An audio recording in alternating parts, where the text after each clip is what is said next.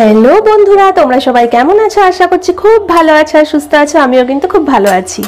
তো চলো আজকে তোমাদের সাথে আমি শেয়ার করতে চলেছি একটা বাটা মাছের টকের রেসিপি। কি লাগছে আমি বলে দিচ্ছি। আমি কিন্তু এই 250 গ্রামের মতো বাটা মাছ নিয়েছি, আগে করেই রেখেছি আগের থেকে। পরিমাণ মতো হলুদ আর লবণ দিয়ে দিলাম।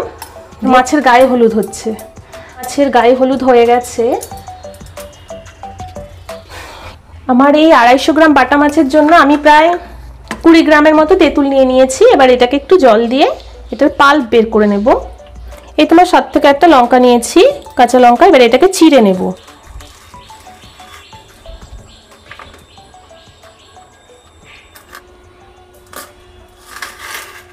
লঙ্কাগুলো কিন্তু আমার চেরা হয়ে গেছে।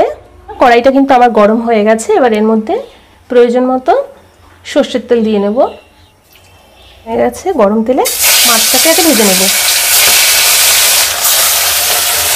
মাছ কটাকে আমি একটু উল্টে দিচ্ছি।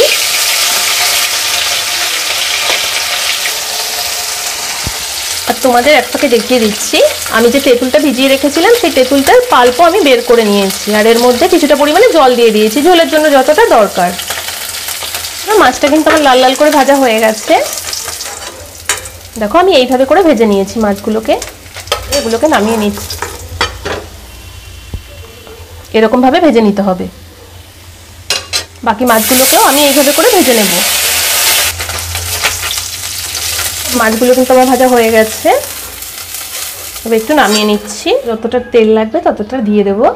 টকের মাছে খুব বেশি তেলের দরকার হয় না। সে দিয়ে দিই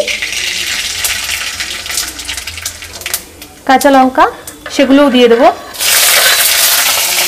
এটা কিন্তু কড়াইতে দেওয়া মাত্রই ফাটতে থাকবে, তো একটু ঢেকে দেবো। হালকা একটু ভাজা হলে এরপরে জলটা রেখেছিলাম সেই জলটাকে মধ্যে দিয়ে দেবো। স্বাদ অনুযায়ী লবণ দিয়ে দেবে। আর দেবো কিছুটা হলুদ।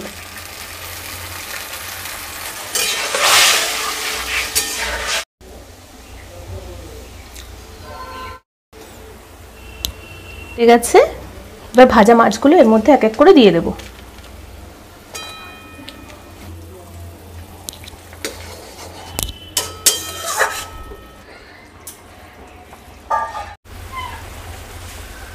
বন্ধুরা আমার মাছের ঝোলটা কিন্তু হয়ে গেছে। বন্ধুরা আমি ঝোলটাকে এবার নামিয়ে নিচ্ছি।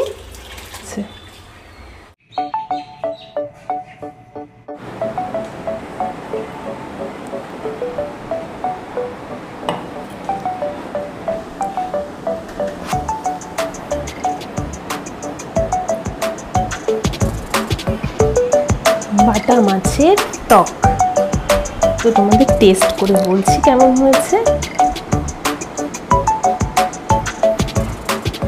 এই টকগুলো খেতে ভীষণ ভালো লাগে।